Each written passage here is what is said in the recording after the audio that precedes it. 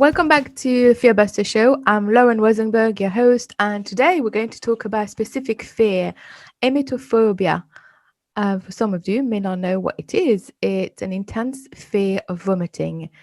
Often, the anticipation of vomiting or seeing someone else vomiting and not knowing when it will happen can be worse than acting in itself. The condition is not sort of diagnosed in a sense, but it does exist, and it can be diagnosed as a anxiety disorder, depending how it's affecting you. And strangely enough, I was looking, and apparently it's affecting more women than men. And I don't know if my guest that I'm going to introduce in a minute knows about this, but apparently it's estimated that between 1.7 to 3.1% is affecting males, and then 6 to 7% is actually affecting female experiencing emetophobia.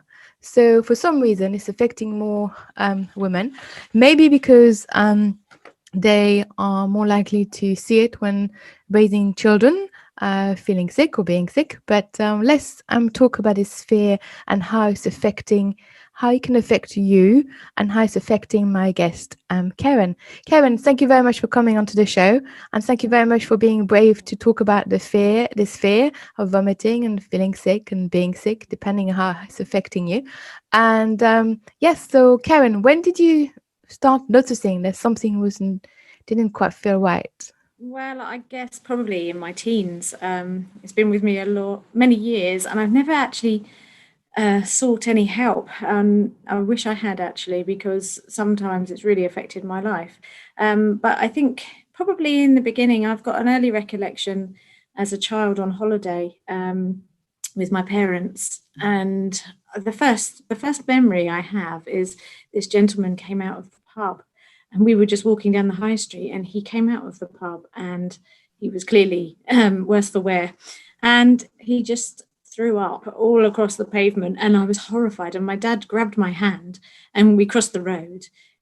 My dad as well, I think he had an issue with illness, and we crossed the road and kept away from it. But I was fascinated, although I'm scared of it and vomiting myself.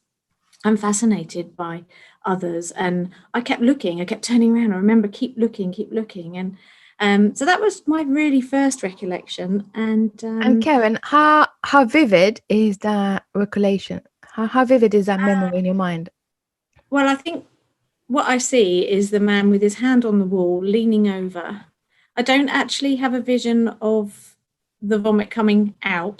Mm-hmm. It's just what was on the pavement, and I was obsessed. I kept looking and watching him, and another strong memory I have is that my poor old mum, God bless her, she used to suffer terribly with migraines every month, and it so much so that she had to take to her bed probably for 2 days at least each month. And she always had a bucket. She had to have a dark room and a cold flannel across her forehead. Every now and again we'd call in and grab the flannel, and I remember grabbing the flannel really quickly and frightened in case she was going to start vomiting, and I'd run out quickly make it cold and then give it back to her. And it was awful because she had nothing left in her tummy and she was just retching, and So that was that makes it in a way worse if you're suffering from a fear, because it's being ongoing. It's not just a one-off event. If it's regularly, and if your mum was suffering every month, then that will actually create a memory, and it will be an automatic system. It will come up again and again. The reason why I was asking about how vivid is a memory is that if you have, although it happened many years ago, if you have this vivid memory in your mind, you can actually use eye movement therapy.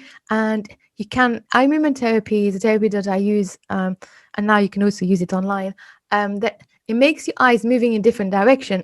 And by doing that, you actually can make the vivid memory blur or further out, or sometimes even delete the image completely.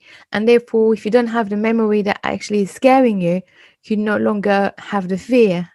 It will delete the actual fear, because we as as people, we keep growing, and we, as sometimes people say, oh, I don't know why I've had this. This happened many years ago. It shouldn't affect me, but it's still affecting me. It's because the subconscious mind lives in the present time. Now, if the subconscious mind lives in the present time, it doesn't matter if it happened 10 years, 20 years, 30 years ago. You have grown, but the subconscious mind remembers that specific event and hasn't come out of that present time. So the minute that you have the trigger again, the subconscious mind will bring that image back up and program you as this is dangerous and therefore I need to keep out of that way. So it's just good for the listeners to know that if you do have a vivid memory of something that happened, a trauma, or something that triggers a fear, that it can be deleted, and you delete the image but also the feeling attached to it. And because the feeling will no longer be there, then you no longer would have that fear in that sense. So this is why I wanted to know, as you were describing it, it was so intense and it's almost like you were back into that image.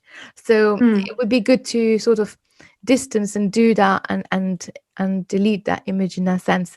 But the worry, the fear has been going worse in the sense that people who have fear of vomiting, they avoid the person who is ill, or they watch what they're eating sometimes because they're scared of being sick and things like that. But they don't always have what you've gone through, is seeing your mum every single month having that condition, and that makes it even worse because it reminds your subconscious mind that this is dangerous, and also because it's connected to your mum, that makes it even worse.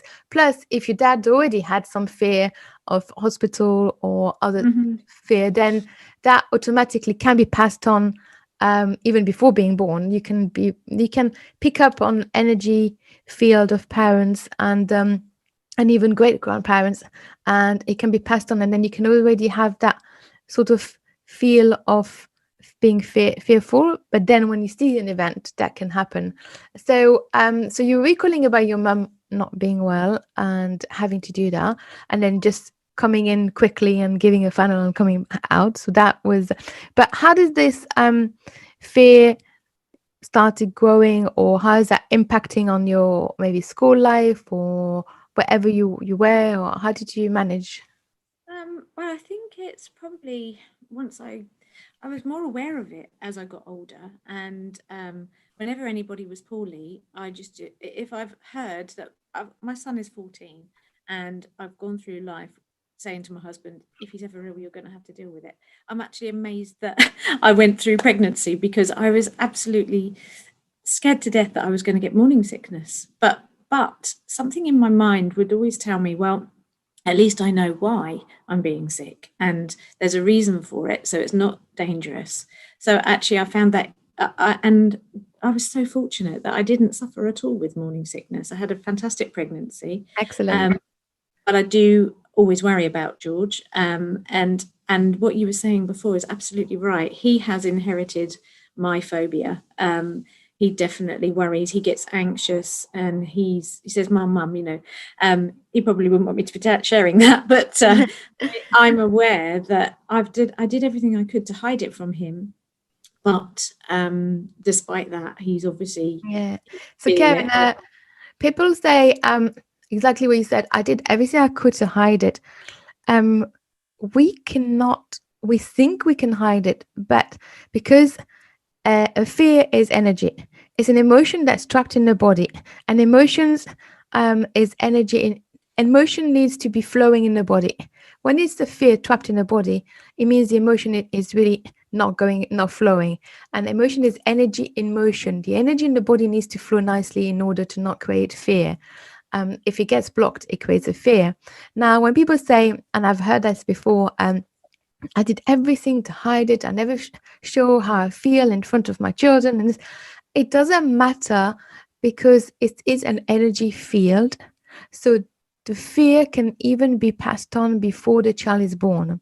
And energy-wise, you may have picked up also from mum and dad, or even for another generation.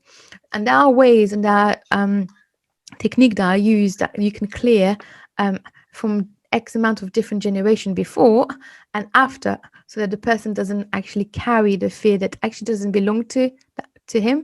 It belongs to you or to your parents. So you can have a fear for copy behavior, for watching how you behave, but like you say, you try to hide it, and even hiding it, because it's an energy field, he will still have picked it up. So it's quite hard to hide it, even if you've done everything that you can with the knowledge and understanding that you have. Energy wise, it will have been there already, and unless you have the right tools and you actually deal with it and collapse it, there will be already a base of fear there. And then he may start with a different fear. It may not just be that, it could be something else. It could be slightly going into a different route, because he will have his own life and his own incident and little trauma or physical or emotional trauma, whatever will have happened in his life, and then he will create something. But there will be already a base on fear, because you picked it up from dad or mom. Your mom or dad would have picked it up from their parents, so it's sort of passed on. So it's not a genetic thing. It's like an energy field that is around you without you noticing it. A little bit like, we're using the phone, and the phone is not plugged in, and we're using this internet that we can't see, but it's in the energy field. Energy as fear is also there, and it can be passed on energetic wise. So that makes sense, that although you've tried everything that you can, your son will also feel something like this. So how did you? So people who have fear of vomiting, they always say, I always warn my husband, whoever is around me, that if my child is sick, then you're going to have to deal with it.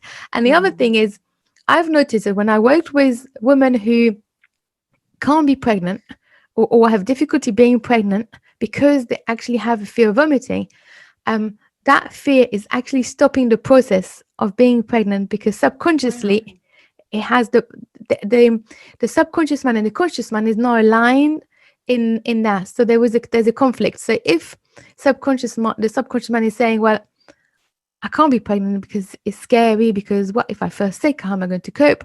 But the conscious mind is saying, I'd love to have a child and I want to be pregnant. So if there is an imbalance, then it's more likely that people who suffer from fear of vomiting or fear of sick, and I haven't had the time to do some research, but if somebody out there would do statistically and the research and had the time to do that, I will reckon that a lot of women who have that fear find it hard to become pregnant, because that is a stop.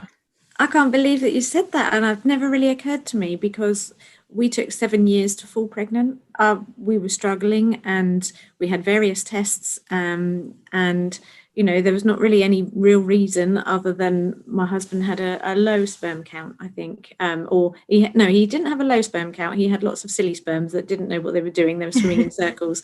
But the consultant always said to me, only take one, just believe in this. And maybe you're right. Perhaps it was actually my fear, that negative energy that was preventing it. I don't know, but 7 years, until it happened. So so it's and 7 is actually an energy number too, so it's quite interesting. A lot of people will say 7 years, interestingly, and then sometimes they'll say another 7 years. She's quite interesting as a number in itself, but I won't go into energy numbers. But numbers have also energy and have a meaning. But it is subconsciously, when we have that fear, we don't send the right message, and therefore the body will respond to the subconscious message, not to the conscious message. So that would have stopped emotionally. That would have put an imbalance, and that would have actually created a delay. It doesn't mean that people cannot do it, and it doesn't mean that people cannot have babies if they have fear of sick and vomiting. It just can create a delay until as the mind feels more comfortable, the subconscious mind feels more comfortable, they're going to be able to cope with it, and then it will happen. So that's something that people need to be aware, that such fear can have an impact on actually becoming pregnant. The fear, a woman actually being pregnant And experiencing sickness is a different. It is actually different, and this is why you didn't. You said you were lucky in the sense that you didn't feel that, but usually pregnant women who feel very sick is also an imbalance of allowing the body to adjust and allowing this little strange human being that's going to grow inside. So when everything is balanced in the body, then women will not feel sick through the pregnancy. But where there's an imbalance, and when maybe the pregnancy is not been accepted fully, then there will be this, the body will actually try to vomit in that sense. So there's a lot of different aspects in that. But you were very lucky because it was that balance you had, and you didn't have to experience the sickness, which is amazing and it's good. But how are you coping with this fear, and how did this fear grew? So Well, it's difficult because it doesn't happen. It doesn't happen on a daily basis. In fact, it happens once in a blue moon, and that is why it is so terrifying when it does happen, because it's like, oh no, it's happening all over again. I'm getting this sensation, a fear sensation. I might wake in the night if I've got too hot, for instance, and I wake up, and then your mind starts working, doesn't it? And I think, oh, do I feel okay? And it's got to the point, it did get to the point in stages, it gets to the point where I'm saying, I wake up in the morning and I think, how do I feel today? Do I feel unwell? Am I going to be okay? Or I just have to distract myself, And I very often get up during the night and I don't want to disturb the others, so I'll go downstairs. And if I feel ill, then I immediately, my tummy, it goes straight to my stomach and I have an upset tummy. I have to use the toilet, but I prefer it to come out the bottom way rather than up the way. And that's just how I always, if ever I get a tummy bug or anything, I always think, well, I don't mind diarrhea, any amount of diarrhea I can cope with, but I do not want to vomit. And the fear just is overwhelming. And sometimes it gets to the point where I just tremble. My whole body shakes. And I always think it's like, what am I thinking? Shock, because when I did have George, I had to have an operation. I'd never had one in my life, and I had to have some stitch work done, as a lot of us ladies do. yeah, unfortunately. And after I came out of the operation, I was uncontrollably shaking, and that is how I get when I'm. And they told me that was the shock, and that is how I get when, as a reaction Yeah. to coming close to vomiting. And sometimes, I can even tell myself, I don't really think I'm going to be sick, but I just feel so sick. And then the worry of actually being sick, So what's worse, Karen? Because I have helped many people with fear of vomiting and sick, and I've cleared their fear. But I've noticed sometimes some of them are more sensitive to what would be worse for you? Seeing someone being sick or you being sick? Because there's a difference in I that. think me being sick. Yeah. I'm frightened of choking. I'm frightened of a time when I was sick, how I couldn't catch my breath because it was too powerful. And I'm frightened, but I do also know, and your mind is so powerful. I'm not silly. I understand that actually you feel so much better afterwards. And when I have been sick, it's almost like I hold up a trophy and say, yeah, I'm really proud of myself. I did it. I was sick and it wasn't that bad after all. And even though I know that, I still get this overwhelming anxiety of it happening again. You said something really important, and I don't know if you ever done any work on that fear, but you actually said the fear of choking. And I've worked with many people who are scared of vomiting and suffer from emetophobia, but they don't usually say about choking. And it's really important when you work on a fear that you identify the actual real fear behind that. And I'm just wondering if it's not the fear of choking that actually make you so scared that you don't want to vomit, that you're scared of vomiting. So if that would be the case of fear of choking, it would be the fear of dying or being, that would be more than actually just fear of vomiting. I'm just putting it out there because I believe that we all have the solution inside us, Right. but we don't know it and we don't understand it. And as we express ourselves, we say really important key solution to the fear. And hearing you and just mentioning this is a big clue. As a fear and phobia expert, for me, it will be a big clue of it, because the work I do is a bit like a detective work, and putting the pieces of the puzzle together and clearing what's going on.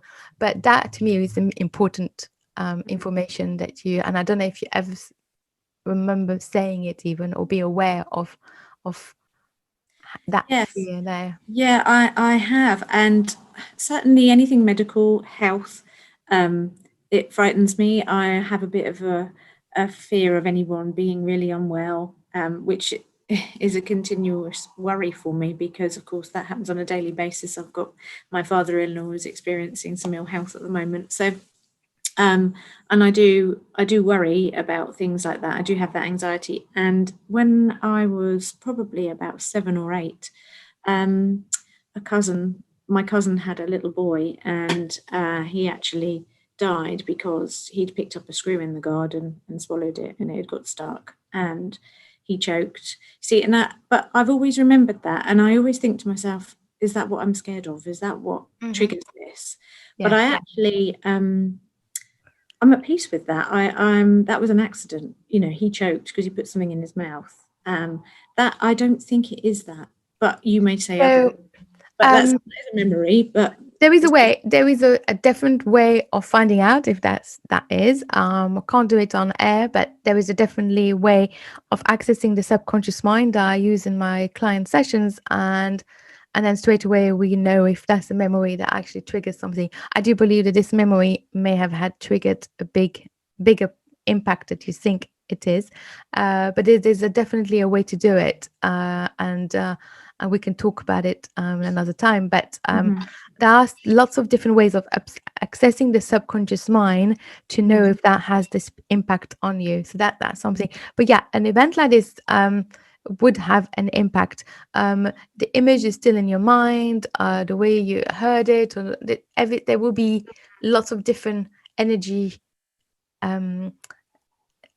place there that they would create this worry, because obviously when you've seen it and unfortunately passing away, that automatically would create more fear. With now being in a pandemic, I presume that may have created even more for you, or that's different. Yeah, I guess it is. I mean, it is there, but I feel like I can't control that. I cannot control what happens. My husband's a postman. He has to work. He's worked throughout. My son is now back at school. I can't wrap them in cotton wool and protect them from this. And I do what I can. Obviously, we're doing all the things we're told to do: wash our hands, wear a mask, keep space. We're doing everything we need to do, and that is all we can do. So above and beyond that, I don't think this is in my control. So I am not actually terrified of that. Obviously, I don't want it to come in the house, and I want to keep us as safe as possible. But no, that doesn't overwhelm me. It's strange, isn't it?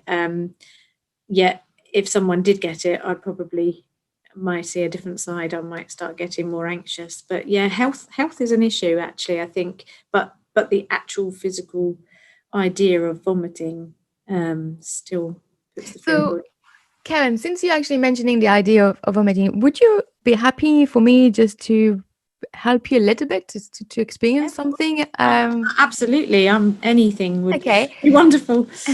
So Karen, just remind yourself that you're safe. But just could you sort of tune into a little bit into that fear and tell me how intense that feeling is. Whatever you're thinking in your mind, not too much because we're not doing a full session, we're just to release it. But something that would trigger it and would make you feel something in your body. Well, I think if I'd heard that someone in the house wasn't feeling very well, even if they just say to me, I feel a bit sick. My husband might say to me, I feel a bit sick. I continuously ask him, how are you feeling now? Are you okay? Yeah, that would be. And I'm saying, do you think it's something you've eaten? Is it just you know, do you think is it passing now? And I'm terrible. I'm like a cat on a hot tin roof. I just cannot rest. And immediately, and sometimes I actually have to go to the bathroom and empty my tummy, and it just puts me. I get So so physically, yeah, your body. and So yeah, yeah, I can't sleep. it does show how emotions trapped in the body can have a physical impact on the body in itself. Just the mind, the power of the mind, by just hearing a sentence goes into a trigger and makes you even go Oh, to the toilet. But you, in a way, you're able to say vomiting and sick and those words. I worked on a young child who couldn't use any of those words, completely in total fear and oh, completely frozen, and could not even use the word sick, vomiting, or yuck, or um, wow. any of those words. She would go into total and it happened with children when sometimes they say a specific word like hospital or sick. So but let's imagine that your husband come home and say the sentence that may have triggered something. Where would you feel that in your body, and what's the intensity? Well, if my husband, if it's in the house and my husband said he felt sick, it would be a good 8 or 9. I Okay. would be, but that's just him saying it. That's not him Yeah, actually. that's perfect. Perfect. So let's use that because it's not too much. I mean, although it has a big trigger for you. So where would you feel that if he was coming in, he's done his work and he said, "Oh, I just not feeling great. I'm feeling a bit sick."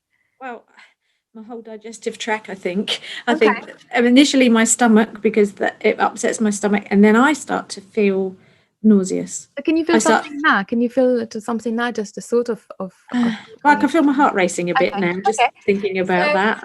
so Yeah.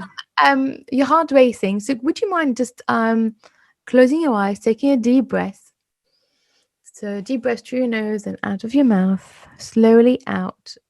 And then take another deep breath and then just let it out slowly through your mouth. And then ask your subconscious mind, what color would I need to get rid of this heart, this emotion that's making my heart beating fast just right now? What color would I need to calm that Probably a pastel color, pastel maybe color? Mhm. pink or something Okay. So calming. So see that pink? Imagine this nice pastel pink color going like a little river. See this nice pink river going in into your throat and into your chest and into your heart, lifting and making that heart beating fast, just allowing it to be more calm. You can put your hand on your heart and you can just see this nice pink going into your heart and around your heart. And a little bit of yellow, so to put some more sunshine in your heart and just allowing you to feel more relaxed, allowing to remind yourself that you're safe, that nothing's happening, that it's not real, that you're still safe, and just allow your heart to start beating the way it should be beating. You can put your hand on your heart and take a deep breath and then slowly out. And then take another deep breath and then slowly out. And then you can also take a deep breath, but then hold it and count just 1, 2, 3, 4, 5, and then let it go.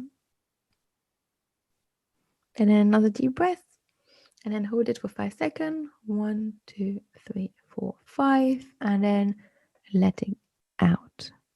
And then notice what I feel like and how your heart is beating. It's slowed down. It has slowed and calmed.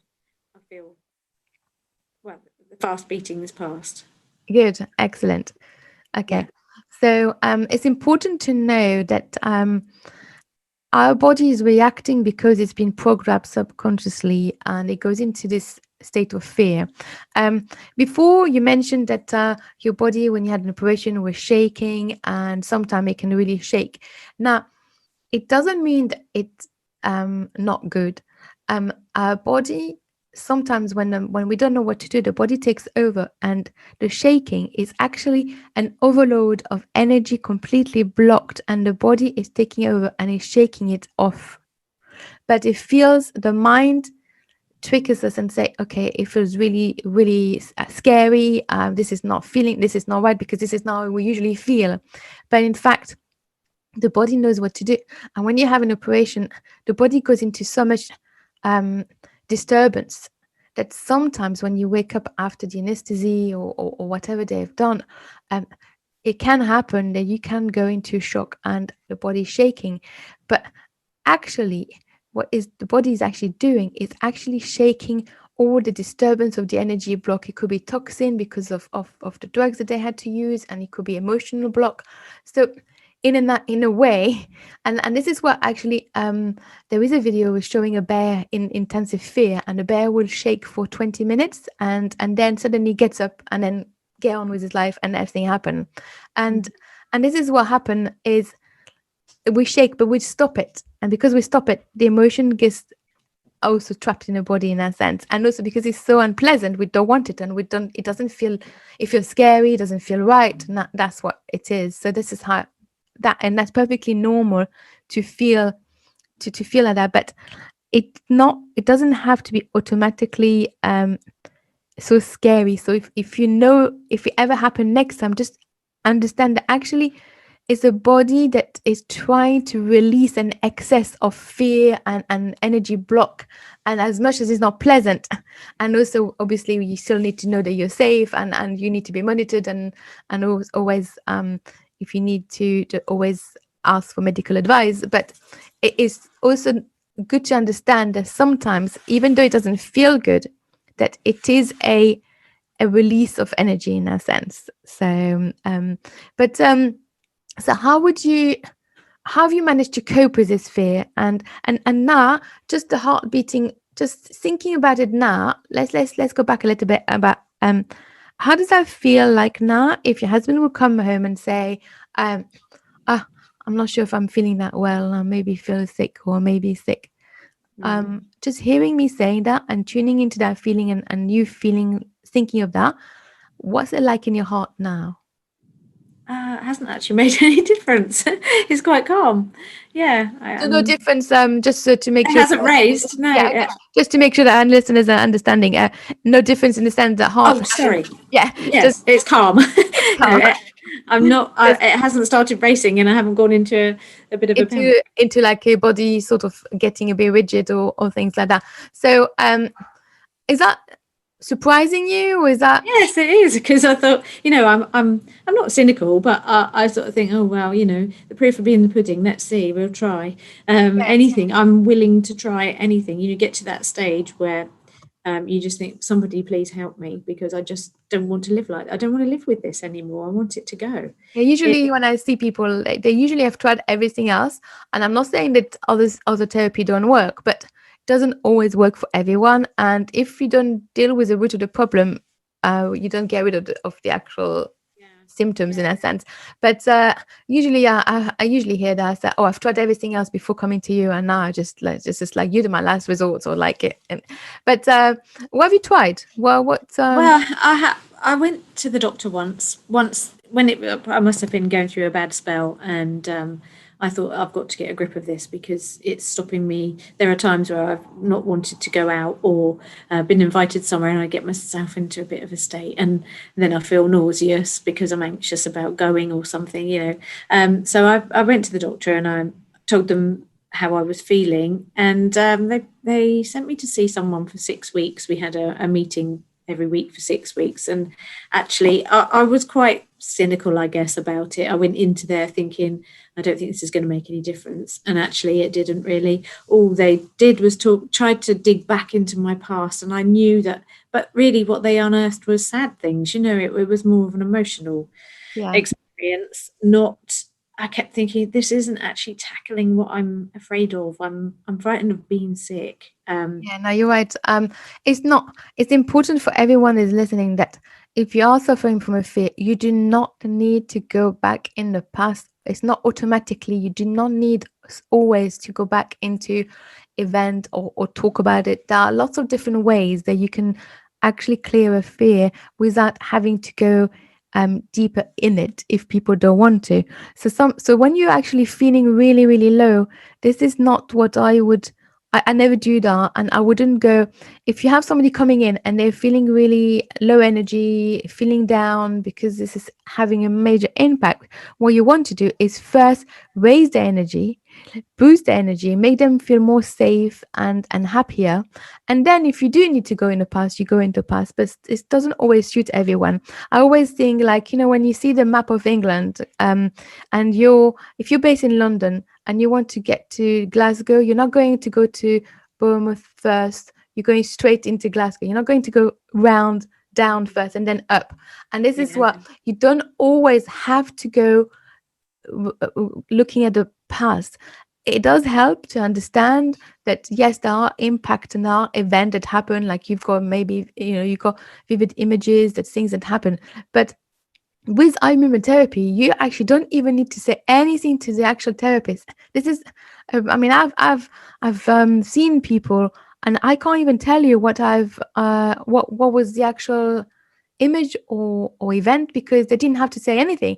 All they had to do is holding on to the image and the feeling. I move the eyes in different direction, and then it get deleted or blur, and then they these symptoms they're actually suffering start going. But they didn't have to go into details and actually going in, especially if it's like heavy trauma. You don't want to have to reliving it and talking about it. So it's important to know that you don't always have to go back.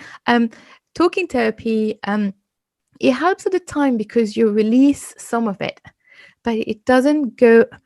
You're talking about the conscious mind, and a fear is a subconscious mind. So in order to access a subconscious mind, you need to use different tools: hypnotherapy, energy technique, anything that has an impact in the subconscious mind, so you can actually clear the fear.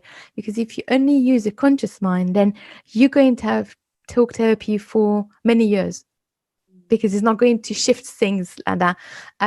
Breathing technique, all those things are much hands-on, and they clear the energy block in the body.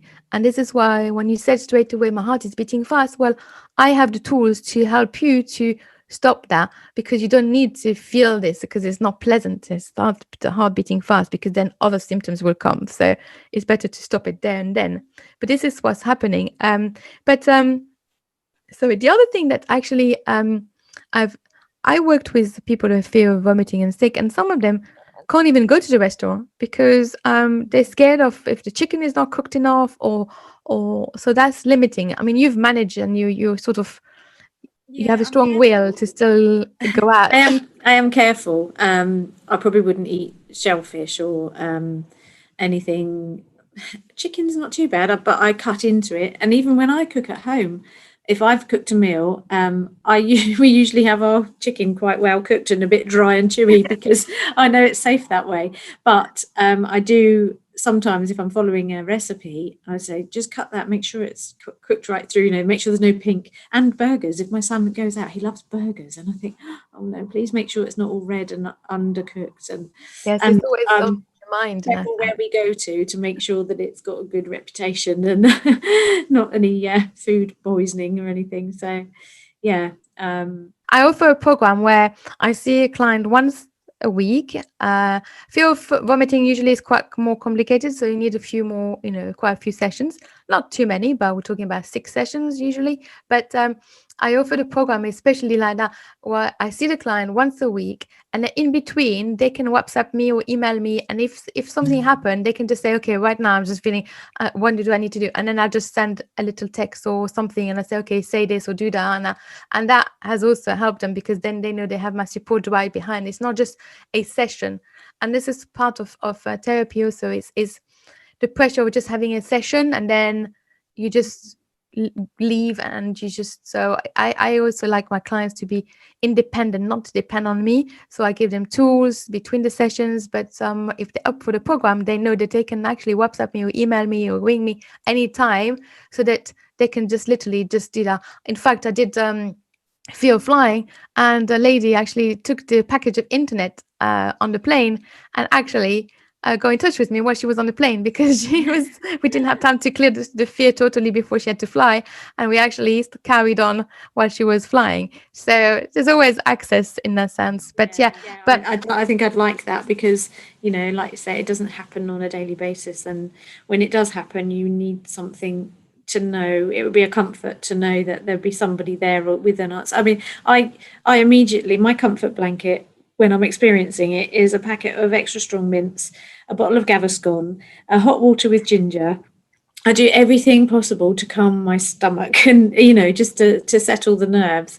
And sometimes the extra strong mint, I think because it's sugary, makes my heart race. So I get into a vicious circle. So, the good thing, if anyone has their heart racing fast, literally just put your hand on your heart straight away and take some deep, slow breaths. Just literally slow in and out. Literally just slow it, and you would actually be able to restore the heart rate slowly as you're doing it. But obviously, when you're in that fear, you sort of your mind goes blank and you forget everything. So you need somebody to say, okay, just do this now, just do that, and then just guidance. But you've still managed to do. You've still done well, because you're still doing things that some other people who have that fear wouldn't do. But so it's important to know that there's always a way, there's always a solution. And if you have seen people and you haven't got a result, it's just because they haven't worked on the actual what the belief and what does it actually really mean. So and very often people have therapy and they say, oh, I've tried everything and nothing's worked, and it doesn't mean it didn't work. It just means that, first of all, you were in a state maybe that you needed to keep it, and also whatever's been used may not have been suitable for you, and it doesn't mean that you need to keep that fear forever. It just means that you haven't actually used the right tools for you to actually clear that fear. So there's always help out there, and there's always different ways that can be cleared in that sense. Karen, so has that fear has impacted on your work, or you're still managing to work, and what do you do? Do you want to share? Well, I've got a small ladies' boutique in a nice harbour town called Emsworth in Hampshire, and sometimes when I get up in the morning, if I feel a bit, not sure how I feel today, my tummy's a bit unsettled, I think I'll be okay. And I'm driving, and I find that my mind goes into overdrive. I'm on my way to work, and I have to. It's about a half an hour drive on the motorway, and I start thinking about how I'm feeling, and it's crazy. I torment myself really, and sort of get myself into a state. But I do know that as soon as I get to work and I open the shop, if a customer comes in, I'm fine, and I chat to them, and I'm distracted. It's strange, isn't it? It disappears. So while you got half an hour drive, so what you could do is put some motivation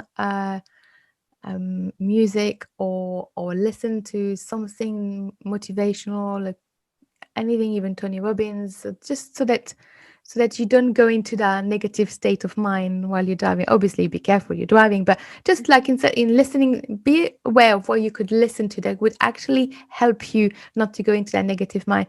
Having a shop, I presume you've had to change a few things. People have to have masks coming in. So you've had to be more aware of things.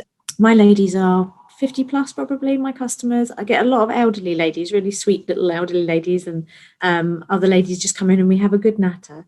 And it struck me that a lot of these people are on their own, and perhaps they're lonely. So today I started doing a blog on my Instagram page, but I didn't do it on my business Instagram page. I've done it on my personal page because I'd like to keep the two separate from work, just to keep them company and for them to see how silly I am and the things I'm doing on a day-to-day basis, just to keep them company. Because, I did that during the first lockdown. I dressed up in some of the outfits and I did these silly dances, and you'd be amazed how many of those customers came in after the lockdown and said, Karen, you kept us entertained. It was really good. Are you going to do it again? So I thought, well, I may have to get my dancing shoes back on, but for now, I just chat. But no, you're right. There's so much that we can give. And when we actually even feel a little bit down, the best therapy in the world is to give somebody else, is to help somebody else, because then you feel better. You're not doing it to expect something else, but by giving, you actually receive, because you feel better.